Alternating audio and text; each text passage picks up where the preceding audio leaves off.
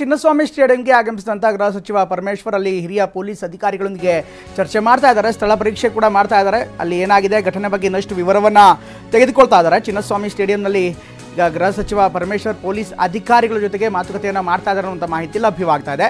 ಚಿನ್ನಸ್ವಾಮಿ ಸ್ಟೇಡಿಯಂನಲ್ಲಿ ಈಗಾಗಲೇ ಹಿರಿಯ ಅಧಿಕಾರಿಗಳಿಂದ ಮಾಹಿತಿಯನ್ನು ಪಡ್ಕೋತಾ ಇದ್ದಾರೆ. ನಿನ್ನೆ ಏನು ನಡೀತು ಘಟನೆ ಬಗ್ಗೆ ಅದರಿಂದ ವಿವರ ತೆಗೆದುಕೊತಾರೆ.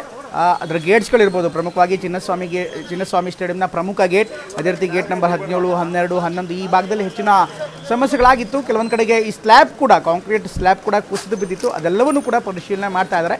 ಹಿರಿಯ ಅಧಿಕಾರಿಗಳಿಂದ ಮಾಹಿತಿಯನ್ನು ಕೂಡ ಪಡಿತಾ ಇದ್ದಾರೆ. ಒಂದು ಕಡೆಗೆ ಪೊಲೀಸ್ ಹಿರಿಯ ಅಧಿಕಾರಿಗಳಿಗಾಗಲೇ ಬೆಳಗ್ಗೆ ಸಹಜವಾಗಿ ಒಂದು ಬ್ರೀಫಿಂಗ್ ಇರುತ್ತೆ, ಗೃಹ ಮಂತ್ರಿಗಳಿಗೆ ಏನಾಗಿದೆ ಅನ್ನೋದ್ರ ಬಗ್ಗೆ ಅಲ್ಲಿ ಬ್ರೀಫ್ ಮಾಡಿದ್ದಾರೆ. ಅದಾದ ಬಳಿಕ ಸ್ಥಳ ಪರಿಶೀಲನೆ ಮಾಡ್ತಾ ಇದ್ದಾರೆ. ಸ್ಥಳದಲ್ಲಿ ಏನಾಗಿತ್ತು ಅದರ ಸಂಪೂರ್ಣ ಚಿತ್ರಣವನ್ನು ಪಡೆಯುವಂಥ ನಿಟ್ಟಿನಲ್ಲಿ ಎಲ್ಲ ಮಾಹಿತಿಯನ್ನು ತೆಗೆದುಕೊತಾರೆ. ಜೊತೆಗೆ ಇವತ್ತು ಸಂಪುಟ ಸಭೆ ಕೂಡ ಇದೆ. ಈ ಸಂಪುಟ ಸಭೆಗೆ ಸಂಬಂಧಪಟ್ಟಂತೆ ಹೆಚ್ಚಿನ ವಿವರಗಳು ಬರಬೇಕಾಗತ್ತೆ. ಸಂಪುಟ ಸಭೆಯಲ್ಲೂ ಕೂಡ ಎಲ್ಲ ಪ್ರಶ್ನೆಗಳು ಚರ್ಚೆ ಆಗುವಂಥ ಸಾಧ್ಯತೆ ಇರುತ್ತೆ. ಹೀಗಾಗಿ ಸಂಪುಟ ಸಭೆಗೂ ಮುನ್ನ ಸ್ಥಳ ಪರಿಶೀಲನೆ ನಡೆಸಿ ಆ ಸಂಪುಟ ಸಭೆಯಲ್ಲಿ ಹೆಚ್ಚಿನ ಚರ್ಚೆ ಕೂಡ ಆಗ್ಬೋದಾಗತ್ತೆ.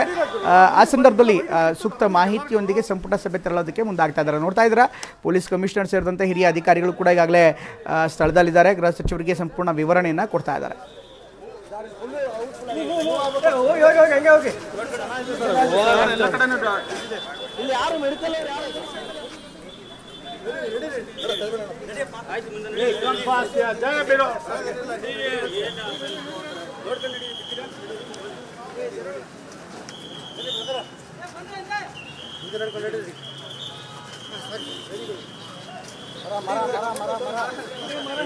ಕೂಡ ಅಲ್ಲೇ ಇದ್ದಾರೆ. ಗೃಹ ಸಚಿವ ಮತ್ತು ಪೊಲೀಸ್ ಕಮಿಷನರ್ ಇಬ್ಬರು ಕೂಡ ಸ್ಥಳ ಪರಿಶೀಲನೆಯನ್ನು ಮಾಡ್ತಾ ಇದ್ದಾರೆ. ಈಗ ಪೊಲೀಸರು ಇನ್ಫ್ಯಾಕ್ಟ್ ಪೊಲೀಸ್ ಕಮಿಷನರ್ ದಯಾನಂದ್ ಅವರೇ ಗೃಹ ಸಚಿವರಿಗೆ ವಿವರಣೆಯನ್ನು ಕೊಡ್ತಾ ಇದ್ದಾರೆ ಏನಾಯಿತು ಅಂತ. ಅದೇ ರೀತಿ ಗೇಟ್ಸ್ಗಳಲ್ಲಿ ಸಾಕಷ್ಟು ಸಮಸ್ಯೆ ಆಗಿತ್ತು. ಚಿನ್ನಸ್ವಾಮಿ ಗೇಟ್ಸ್ ಏನಿದೆ ಅಲ್ಲಿ ಕೂಡ ತೆರಳಿದ್ರು.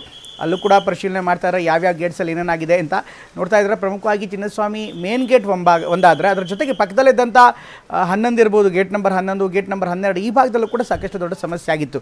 ಅದರ ವಿವರಣೆಯನ್ನು ಕೂಡ ಕೊಡ್ತಾ ಇದ್ದಾರೆ. ಜೊತೆಗೆ ಏನಾಯಿತು ಇದೆಲ್ಲವೂ ಕೂಡ ಪರಿಶೀಲನೆ ಮಾಡ್ತಾರೆ.